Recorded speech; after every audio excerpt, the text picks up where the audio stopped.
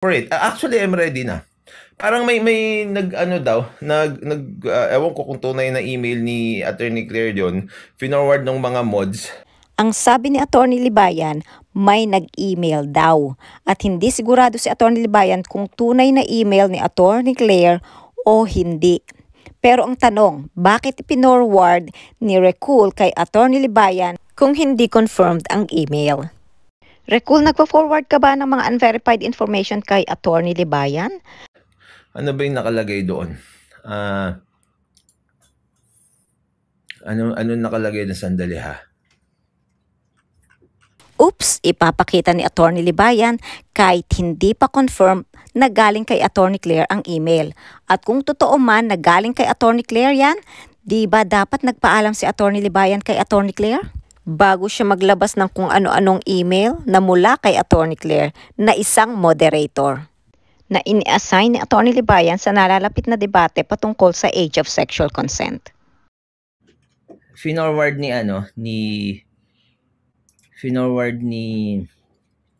saan ba yun? Ewan ko kung totoo pero ito, finorward ni Recul.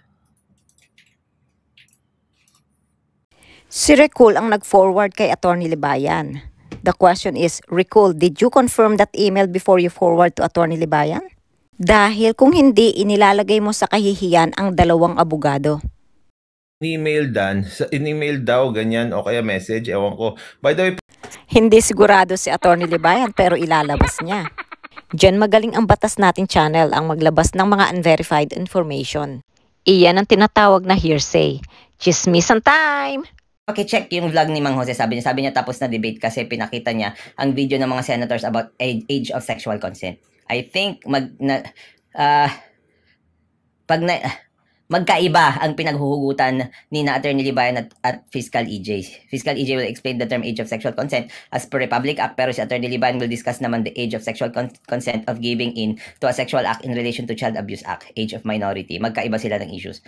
Well, kung ito nga, no, Hala, talagang inilabas ni Attorney Libayan ng email. Di ba dapat, Attorney Libayan, tinanong mo muna si Attorney Claire at nagpaalam ka ba bago mo ilabas yan? Dahil kung iyan ay hindi galing kay Attorney Claire, inilagay mo si Attorney Claire sa alanganin at kahihiyan. Dahil hindi mo maiaalis sa isipan ng tao na iyan ay galing nga talaga kay Attorney Claire. At isa pa, kung itanggihan ni Attorney Claire, ikaw naman ang mapapahiya dahil naglalabas ka ng unverified information. Ang tanong, Attorney Libayan, bakit kailangang ilabas mo yung email na yan kahit hindi ka pa sigurado? Anong purpose mo at gusto mong palabasin? At nakalimutan mo ba na si Attorney Claire ang ini-assign mo na moderator? Tapos maglalabas ka ng email mula kay Attorney Claire? Kung merong problema dito sa terminology, kung i-explain ni Fiscal EJ yung terminology na age of sexual consent, o kaya yung sa akin ay magiging age of giving consent, of yung age na magbibigay ka ng consent, I think it's intertwined. I think there will not be a problem. Kapag ganun na nangyari, I think it will still be educational. Pero yes, it will become educational at kalokohan na sabihing walang mananalo sa debating ito dahil may isang sagot sa tanong na, what is the age of sexual consent in the Philippines? I think I can manage. So, begging the question si Mang Jose na content ko na yan Yeah, yun nga yung issue Di ba?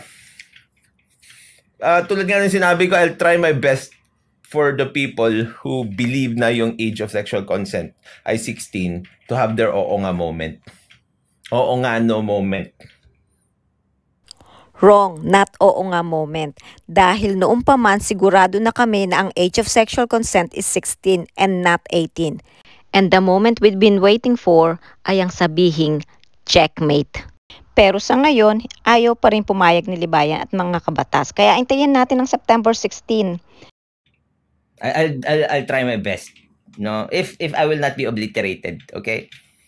Tulad na sinabi ko doon sa yung mga may issue at may problema sa akin, manood na lang kayo doon. Tapos hatakin nyo lahat ng mga tao na galit sa akin. Manood sila sa debate para makita nila kung paano ako mapahiya. Attorney Libayan, this issue has nothing to do with your personal issues sa ibang tao. This is just a debate to prove what is the age of sexual consent. That's it. Huwag mong idaan sa kung ano-anong drama. Just prepare at galingan mo sa araw ng debate. Di ba maganda yun? Di ba maganda yun? Tawagin nyo sila lahat. Tapos panoorin nyo. Panoorin nilang lahat kung paano ako mapahiya. Attorney naman, nagdadrama ka na naman. Bakit mapapahiya ka ba? Kaya pinangungunahan mo na? Just do your best and prove that the age of sexual consent in the Philippines was never 12 and it's still not 16. Dahil dito lang naman ito nagsimula, hindi tayo magdidiscuss pero magbabalik tanaw lang tayo kung ano nga ba ang pinag-ugatan ng lahat ng ito. It was never 12. Now it is not still 16. Fake news. Ito, mali yung Philippine News Agency dito sa kanilang balita na ito. Ito yung content ni Attorney Libayan kung bakit nagkaroon ng confusion dyan sa age of sexual consent. Balikan nyo na lang at para pag nanood kayo sa debate sa September 16, mayroong kayong idea. At ito naman yung content ko na I try to challenge Attorney Libayan. Pangatlong content ko pa lang yan, pero to my surprise, napansin din tayo ni Attorney Libayan. At ito naman yung content ni Attorney Libayan nang tinanggap niya ang challenge. At napasama ako. Grabe, diba? Imagine kabago-bago kong vlogger, may nagalit na agad sa akin na abogado. But at least I'm happy kasi sinagot niya at sinama niya ako. Pero I'm not satisfied to his answer. Kaya nag-content ulit ako. At ito naman ang sagot ko sa kanya. Pero dahil nga hindi ako abogado, walang nangyari. Ganon din si Melo, ganon din yung ibang mga content creator na nagpapaliwanag tungkol sa age of sexual consent. Walang nangyari dahil nga hindi nga kami abogado. Pero I think si Attorney Libayan ay talagang lito dito sa topic na age of sexual consent. Dahil way back September 2020, nag-content na rin siya patungkol dito sa age of sexual consent. But during that time, ang age of sexual consent pa lang natin ay 12. Dito.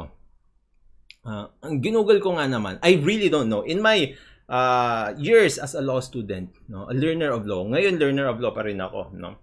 And in my years of practice, wala talaga akong na-encounter sa batas natin na 12 years old is the age of giving sexual consent. Kung sa tingin ko naman, may nakapagsabi sa akin na mali pala ako at 12 nga talaga pala, di ba baguhin ko yung position ko?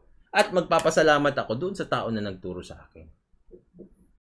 Kaya Attorney Claire, kung sa iyo talaga yung email, di ba moderator ka, sana alamin mo muna ang ugat at panuurin mo ang mga content ni Libayan bago ka magbigay ng opinion mo. Dahil noon pa man si Libayan ay talagang litong-lito na dito sa topic na age of sexual consent. But anyway, maririnig na natin ang panig ng dalawang abogado sa September 16. And I'm sure magkakaroon na ng kaliwanagan ito at ang mga listeners ang makikinabang na mabuti dito.